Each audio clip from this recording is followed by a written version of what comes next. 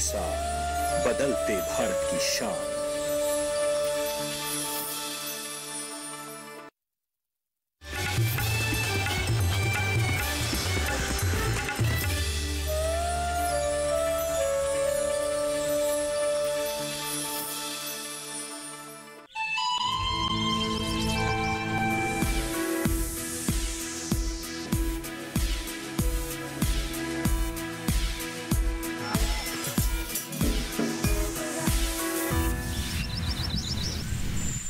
नमस्कार, आप देख रहे हैं दूरदर्शन किसान कृषि परिक्रमा कार्यक्रम में। स्वागत है आप सभी का। मैं हूं आदिति शर्मा।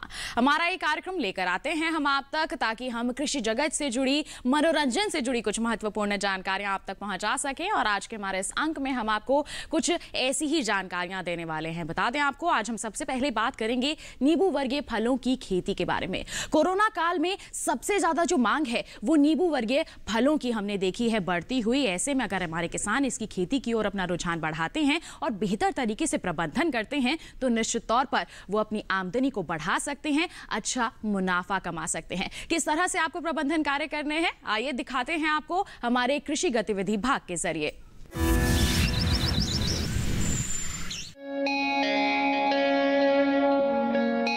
देश में नींबू वर्गीय फलों की खेती विभिन्न जलवायु क्षेत्रों में सफलतापूर्वक की जा सकती है। माल्टा, संतरा, नींबू, मीठा नींबू आदि नींबू वर्गीय पौधों की श्रेणी में आते हैं। नींबू वर्गीय फलों में दो प्रकार के फल प्रमुख हैं। एक तो वो जो खट्टे फल देते हैं और दूसरे जो मीठे फलों के लिए उगाए जाते हैं। खट्टे फलों में मुख्य रूप से लाइम और लेमन है, जबकि मीठे फलों में संतरा, मौसमी, मीठा नींबू, ग्रेप फ्रूट और डाब आदि प्रमुख हैं। नींबू वर्गीय फलों का बाग लगाने के लिए जगह का चयन करने के बाद जुताई कर भूमि को समतल बना लें। पहाड़ी इलाकों में ढलान के विपरीत पौधरोपण करना चाहिए। हल्की और मध्यम उपज वाली बलुई दोमट मिट्टी नींबू वर्गीय फलों के लिए उपयुक्त रहती है। लाल लेटराइट मिट्टी जिसमें जल निकास की अच्छी व्यवस्था होती है, नींबू वर्गीय फलों के लिए उपयुक्त मानी जाती है। नींबू वर्गीय फलों के लिए उपोष्ण कटिबंधीय अर्धशुष्क जलवायु काफी अच्छी होती है। जिन क्षेत्रों में सर्दी लंबे समय तक होती है और पाला पड़ने की आशंका रहती है, नींबू वर्गीय फलों के लिए उपयुक्त नहीं रहती। फल परिपक्व होते समय कम तापमान और शुष्क वातावरण में संतरा, मौसमी आदि में अच्छी मिठास विकसित होती है। रात और दिन के तापमान का सामंजस्य फलों में अच्छे रंग, मिठास और गुणवत्ता का विकास करता है। सिंचाई की बात करें तो गर्मी के मौसम में 4 से 7 दिनों के अंतराल पर सिंचाई करें। नींबू वर्गीय फलों का बगीचा लगाने के लिए 5.5 मीटर की दूरी पर वर्गाकार विधि में रेखांकन करके 60 सेंटीमीटर आकार के गड्ढे तैयार करें। जहां की मिट्टी में पत्थर के टुकड़ों की अधिकता है, वहां गड्ढों की गहराई 1 मीटर तक रखनी चाहिए। पौधा लगाते समय ध्यान रखें कि उनका ग्राफ्टिंग और बॉन्डिंग का जोड़ जमीन से 15 सेंटीमीटर ऊपर रहे। नए बाग लगाने के साथ ही पहले से लगे नींबू वर्गीय फलों का रखरखाव भी जरूरी है। समसामयिक कार्य करने से फसल में कीटों और रोगों के लगने की आशंका कम रहती है और फल की पैदावार व गुणवत्ता भी अच्छी होती है। नवजात पौधों की उचित देखरेख करें। नए पौधों को गर्मी के मौसम में तेज धूप और लू से बचाने का उचित प्रबंध करें। पौधों के जड़ों के पास पर्याप्त नमी बनाए रखने के लिए समय समय पर सिंचाई की व्यवस्था करें। पलवार बिछाएं। खरपतवार की रोकथाम के लिए समय पर गुड़ाई करें। नींबू में अगर फरवरी में उर्वरक ना दिया गया हो तो उसे दे दें। पेड़ों में सूक्ष्म तत्वों का छिड़काव करें। पौधशाला के पौधों की नियमित सिंचाई, गुड़ाई और निराई करते रहें। बाग में 15 दिनों के अंतराल पर सिंचाई करें। मौसम में अधिक तापमान व बढ़ती गर्मी के कारण फलों की पैदावार रुक सकती है और फलों का गिरना एक प्रमुख समस्या बन जाती है। बचाव के लिए कृषि विशेषज्ञों की सलाह से उचित उपाय करें।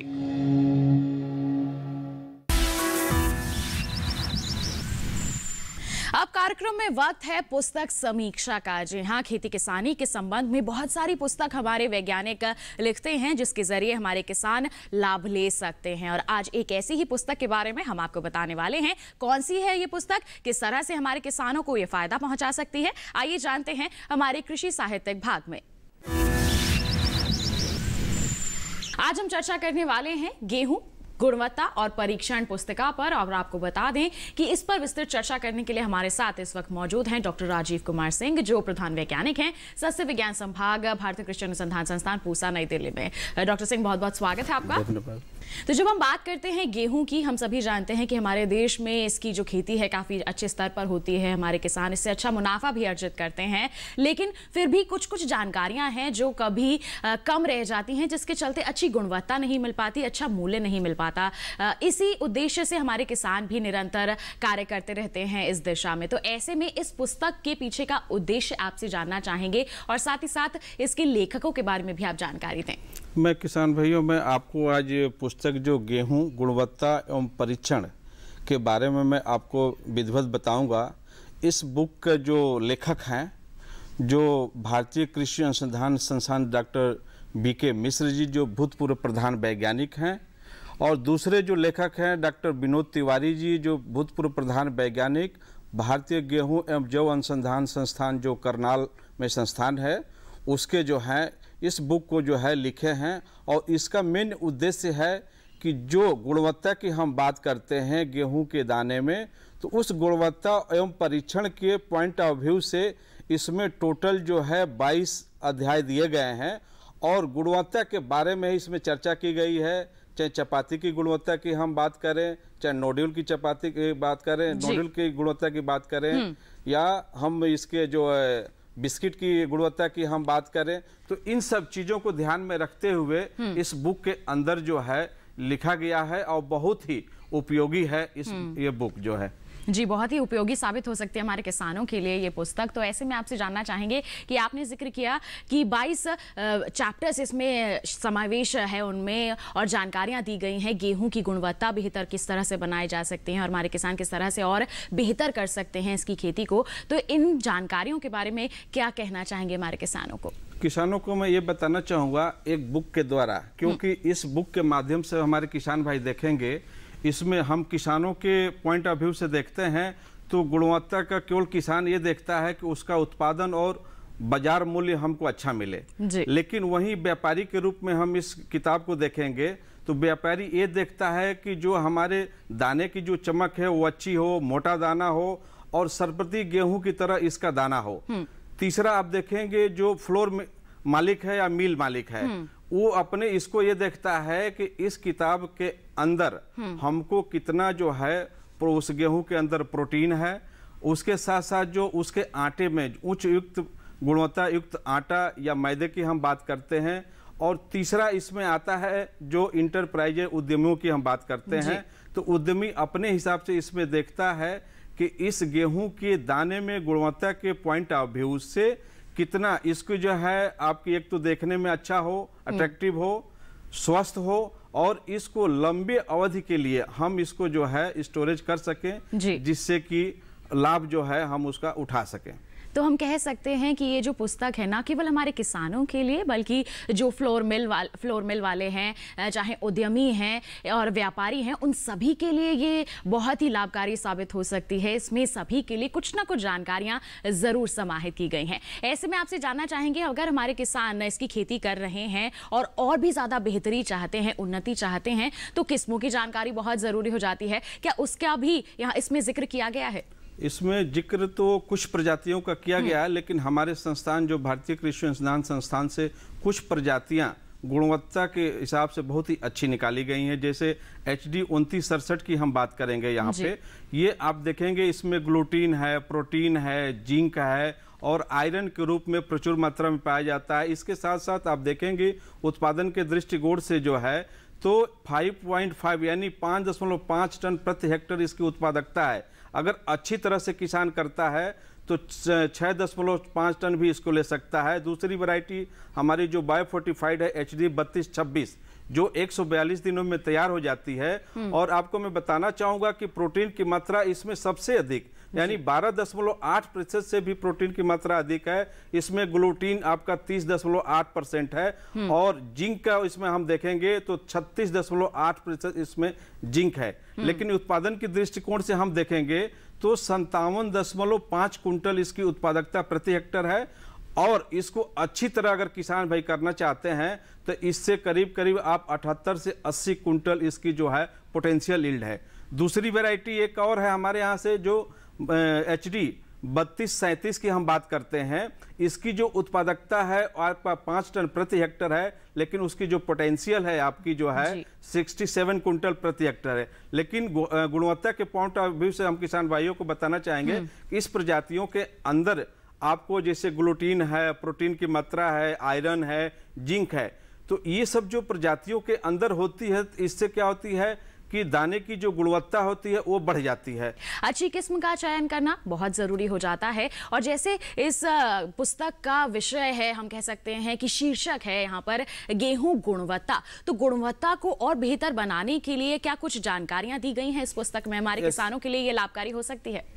इसमें गुणवत्ता के पॉइंट ऑफ व्यू से मैं आपको बताना चाहूंगा कि इसमें जैसे रोटी का आकलन कैसे करें, पास्ता का हम इसमें आकलन असेसमेंट कैसे करें, बिस्किट का आकलन हम इसमें कैसे करें, और नूडल्स का, क्योंकि हम अब देखेंगे क्योंकि उत्पादन हमारे पास बहुत अच्छी मात्रा में है, लेकिन इस सब चीज़ों को गुणवत्ता के पॉइंट ऑफ व्यू से हम ध्यान देते हुए जो भी आप प्रजातियां देख रही हैं जो बायोफोर्टिफाइड के नाम से आ जाती हैं, तो उसमें मुख्य रूप से जो प्रोटीन होता है, ग्लूटीन होता है, आयरन, जिंक, जो पोषक तत्व पाए जाते हैं, तो ये गुणवत्ता के रूप में आते हैं। और किसान भाई, क्योंकि आप देखे होंगे कि अगर आपको गुणवत्ता भी चाहिए तो उसमें जो रासायनिक उर्वरक को थोड़ा कम करके हम कार्बनिक खादों के यानी जैविक खादों की तरफ अगर हम आते हैं तो गेहूं के दाने में गुणवत्ता को हम मेंटेन रखेंगे जी। क्योंकि इससे देखेंगे कि हम जैविक करते हैं तो कीड़े मकोड़े का भी प्रकोप कम होता है और गुणवत्ता उससे हमारी जो है अच्छी होती है, जिससे कि बाजार में मूल्य हमको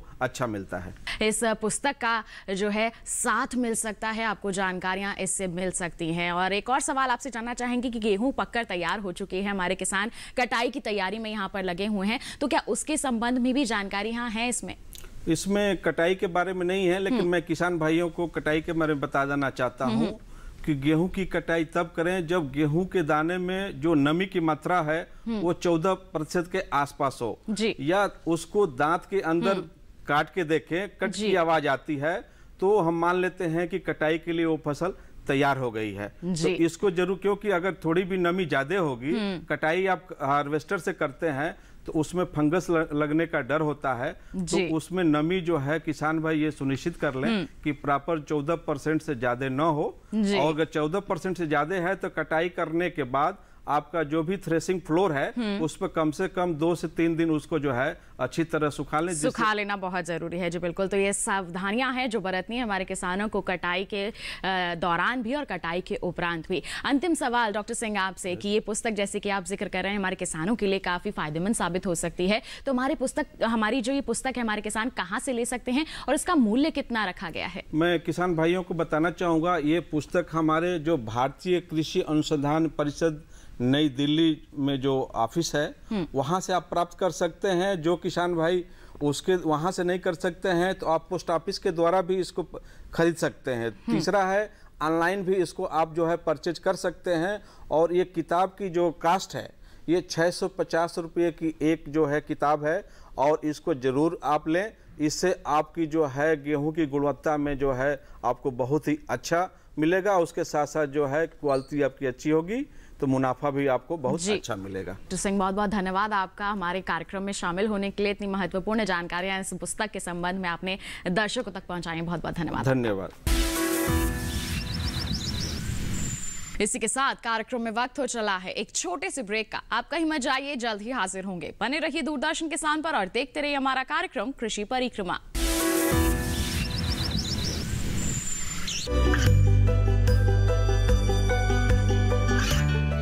गांवों और पिछड़े क्षेत्रों में सरकारी योजनाओं की जानकारी पहुंचा। देश में कौशल और क्षमता विकास कर ग्रामीणों को सामाजिक बदलाव और विकास से जोड़ने की दूरदर्शन किसान की पहल चौपाल चर्चा देखें सोमवार से शुक्रवार सुबह 9 बजे। खुशहाल होंगे खेत, पशु रहेंगे स्वस्थ, सरकारी स्कीम का होगा लाभ, जब एक्सपर्ट्स का मिलेगा साथ, आपके सवाल विशेषज्ञों के जवाब सिर्फ एक फोन कॉल की दूरी पर। देखिए किसानों का अपना प्रोग्राम हेलो किसान, सोमवार से शुक्रवार शाम 6 बजे से सिर्फ दूरदर्शन किसान पर। ये कामयाबी है अन्नदाता की, ये कहानी है खेत और खलिहानों की। कैसे करें अपने पशुओं की देखभाल, जानिए गांव-गांव के किसानों का हाल। देखिए गांव किसान, सोमवार से शुक्रवार दोपहर 12 बजे सिर्फ डीडी किसान पर। ब्रेक के बाद दूरदर्शन किसान के कृषि परिक्रमा कार्यक्रम में आप सभी का फिर से स्वागत है। अब कार्यक्रम में वक्त है जानकारी हासिल करने का कृषि शिक्षा के संदर्भ में। इस समय हमारे जो युवा हैं कौन से पाठ्यक्रम का चयन कर सकते हैं, किससे उन्हें लाभ मिल सकता है, इन तमाम जानकारियों के लिए आइए देखें हमारा ये भाग। डॉक्टर एस के चतुर्वेदी, बहुत बहुत स्वागत आपका कृषि परिक्रमा में। धन्यवाद जी। डॉक्टर चतुर्वेदी, सबसे पहले हम जानना चाहेंगे हमारा जो केंद्रीय कृषि विश्वविद्यालय है इसके बारे में, क्योंकि अगर देखा जाए लगातार मांग पहले चली आ रही थी कि एक केंद्रीय कृषि विश्वविद्यालय होना चाहिए, लेकिन जब कृषि की हम बात करते हैं कई तरह की अड़चनें भी थी, लेकिन अब क्योंकि झांसी जैसे अगर ज़िले की हम बात करते हैं, उत्तर प्रदेश राज्य की हम बात करते हैं, तो ये सिर्फ यहीं तक सीमित नहीं है। ना सिर्फ दूसरी जगह से जो छात्र हैं वो आवेदन भी करते हैं, लेकिन सबसे खास क्या है हमारे इस कृषि विश्वविद्यालय में? जैसा कि अभी आपने कहा कि कृषि विश्वविद्यालय अगर एक केंद्र सरकार स्थापित करती है तो उसका एक अपना महत्व होता है, क्योंकि उसमें हम जो भाषाएं हैं और जो हमारे प्रदेशों की जो बाउंड्रीज हैं उनसे हम बाहर आ जाते हैं जी। इसी क्रम में भारत सरकार ने रानी लक्ष्मीबाई केंद्रीय कृषि विश्वविद्यालय की स्थापना संसद का जो अधिनियम है उसके अनुसार वर्ष 2014 में झांसी मुख्यालय के रूप में की गई। और इसके जो विश्वविद्यालय है इसके हमारे कोई जो मूलभूत जो क्षेत्र थे उसमें बुंदेलखंड क्षेत्र को कृषि प्रसार और तकनीक की दृष्टि से माना गया, लेकिन कृषि में के क्षेत्र में जो शिक्षा है, अनुसंधान है, इसके और जो संबंधित कार्यक्रम है उसके लिए विश्वविद्यालय का जो अधिकार क्षेत्र है वो संपूर्ण भारत को माना गया जी। और इस क्रम में जो विश्वविद्यालय की जो धारा है 4 जो अधिनियम की उपधारा 4 और 2 के अंतर्गत विश्वविद्यालय ने 2 महाविद्यालय, पहला तो हमारा कृषि महाविद्यालय है और दूसरा उद्यानिकी एवं वानिकी महाविद्यालय, इन 2 महाविद्यालयों की स्थापना झांसी जो मुख्य परिसर है वहां पर की गई है जी। इसका कि जो भवन है उनका उद्घाटन हमारे माननीय प्रधानमंत्री श्री नरेंद्र मोदी जी ने 29 अगस्त 2020 को राष्ट्र को इस विश्वविद्यालय को समर्पित किया और इसका उद्घाटन किया। इसके साथ ही फिर दोबारा सितंबर के महीने में, अभी जो सितंबर बीता है 28 सितंबर को पशु चिकित्सा एवं पशु विज्ञान एवं मत्स्यिकी महाविद्यालय की स्थापना के लिए जो भूमि पूजन का जो काम था वो ऑनलाइन हमारे माननीय केंद्रीय कृषि मंत्री श्री नरेंद्र सिंह तोमर जी ने उसका उद्घाटन किया है। और ये जो भूमि पूजन हुआ है ये मध्य प्रदेश के दतिया जनपद में एक फार्म है, वहां हम लोगों ने किया है। और इस समय विश्वविद्यालय के पास 287 एकड़ का करीब फार्म है जहां ये विश्वविद्यालय है और 190 के करीब एकड़ के करीब जो फार्म है वो दतिया में है। तो कुल मिला के करीब 500 एकड़ का जो भूमि है वो विश्वविद्यालय के पास है जी। बिल्कुल, ये दोनों कॉलेज है जी। डॉक्टर चतुर्वेदी, यहाँ आपसे समझना चाहूँगा क्योंकि जैसा आपने बताया कि हाल ही में और ज़्यादा विस्तार जो है वो किया जा रहा है इस कृषि विश्वविद्यालय का और 2 कृषि महाविद्यालय यहाँ पर हैं, लेकिन खासतौर से देखा जाए अगर पाठ्यक्रमों की हम बात करते हैं, कुल कितने पाठ्यक्रम यहाँ पर संचालित किए जा रहे हैं?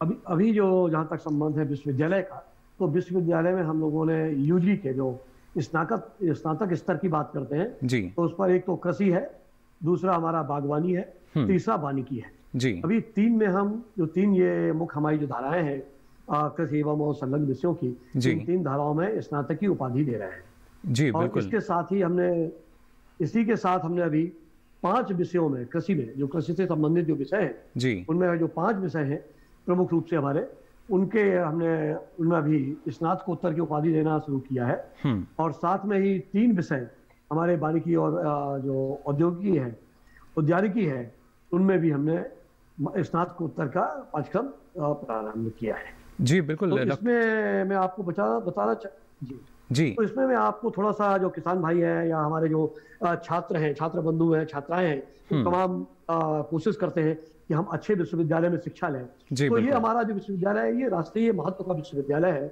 और इसकी सबसे बड़ी जो विशेषता है, जो अभी आपने कही शुरू में पूछा, कि यहाँ 17 प्रदेशों के जो विद्यार्थी हैं वो अध्ययन करने के लिए आते हैं। ये विश्वविद्यालय कोई केवल उत्तर प्रदेश या मध्य प्रदेश के लिए या बुंदेलखंड के लिए नहीं है, ये पूरे देश के लिए है। और यहाँ 17 प्रदेशों से विश्वविद्यालय में जो छात्र छात्राएं हैं वो अध्ययनरत हैं। साथ में भी हमारे 14 प्रदेशों से जो हमारी फैकल्टी है, ज्यादातर जो फैकल्टी हम उसी प्रदेश की होती है, क्योंकि ये जो राष्ट्रीय महत्व का विश्वविद्यालय है, यहाँ जो फैकल्टी है वो 14 प्रदेशों से है। तो ये विशेष बात है कि हर भाषा का यहाँ जानकार लोग हैं। तो जो छात्र छात्राएं सुदूर स्थानों से, सुदूर प्रदेशों से जो पढ़ने आते हैं यहाँ, उनको भाषा से संबंधित भी कोई परेशानी नहीं हो, इसलिए विश्वविद्यालय में जो फैकल्टी है वो भी अलग अलग तरह से, अलग अलग प्रदेशों से रखी गई है। जो उच्च कोटि के हमारे जो फैकल्टी मेंबर्स हैं वो हैं। तो इसके लिए हमारे जो विश्वविद्यालय के जो माननीय कुलपति हैं डॉक्टर अरविंद कुमार जी, वो लगातार प्रयास कर रहे हैं कि जितना ज्यादा विश्वविद्यालय में छात्र छात्राएं दूसरे प्रदेशों के होंगे, या जो हमारी जो फैकल्टी है वो दूसरे प्रदेशों से जितने ज्यादा होंगे, उतना ही विश्वविद्यालय का जो राष्ट्रीय स्वरूप है वो हम बनाए रख सकते हैं। बिल्कुल डॉक्टर चतुर्वेदी, हम मान सकते हैं कृषि क्षेत्र में भी असीम संभावनाएं हैं, और जैसे आपने कहा कि यहाँ पर जो सीमाएं हैं वो सिर्फ जो हमारे राज्य हैं या जो क्षेत्रीय सीमाएं हैं वहाँ तक सीमित नहीं हैं, बल्कि दूसरे जो राज्य हैं वहाँ से भी जो छात्र छात्राएं हैं वो यहाँ पहुँचते हैं, और उसके लिए जो हम कह सकते हैं प्रोफेसर जो हैं वो भी दूसरे राज्यों से हैं यहाँ पर।